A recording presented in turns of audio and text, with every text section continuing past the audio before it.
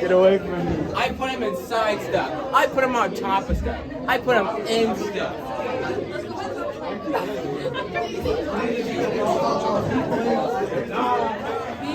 People, everyone, please listen up, okay? Just as you guys search for these chocolates, we all search for a purpose in life. Now let's remember that the real purpose isn't that you just found anything, but you found it through God. We got Jeremiah 32:19. Great are your purposes and mighty are your deeds. Your eyes are open to the ways of all mankind. You reward each person according to their conduct and as your deeds deserve.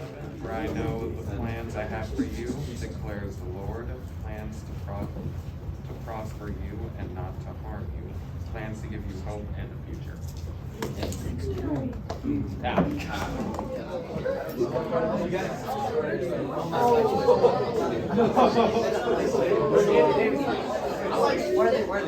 They're only good with the public. Like you heard our chapel talk this week, it's on purpose. And you're wondering why I have water bowls, spoons, forks, and knives, and we're talking about purpose. Well, you know, each of these tools does have a purpose, but you also have a purpose too. You have a lot of purposes. You have a lot of tools that you can use that are for purposes. I need someone to do something, a very special activity up here. Can I volunteer? I did see Andrew's hand first, so come on up here, Andrew. So, which one do you want? Wait, so I have to like scoop it? Yeah, which one do you want?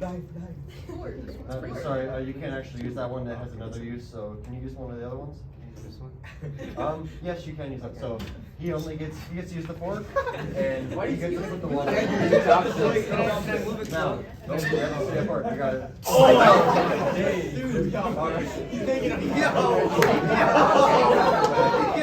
Flip over the fork. Yo, can I disqualify the bowl? Yeah, it's about to come off the table. So we get some paper towels. Yo, you got more water on yours. He ended up getting a fork.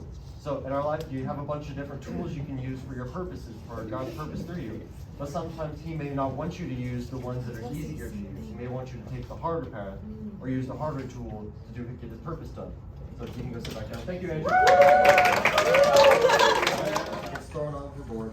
It's stuck in a whale for 3 days, 3 nights, something like that. And next thing you know, he's on a random island somewhere. Where in the world am I? Where am I? Next thing you know, it's where he needs to be to get to Nineveh. So God has a purpose for him, and Jonah has the tool that is needed. And he didn't necessarily want to use it, but God still had him use it because that's the way he needed it. So they realized that, and they're like, Jonah, we made a mistake, a big mistake. What do we do? So he said, gotta repent, pray to God, never do those sins again. So to do those things, Jonah is mad.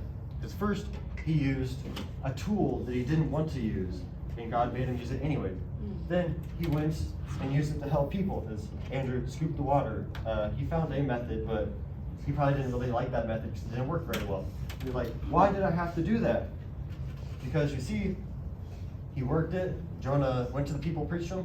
Even like there's all that water, a small amount. That's a small amount of people that changed their lives towards Jesus. And that's all he, even if it's just for one person, you choose a different method that you may not like. So I have Acts 2:4. All of them were filled with the Holy Spirit and began to speak in other tongues as the Spirit enabled them. They were just sitting up there, next thing you know, they can all speak in different languages. I mean, that's a skill they didn't know they had, but God still let them use it.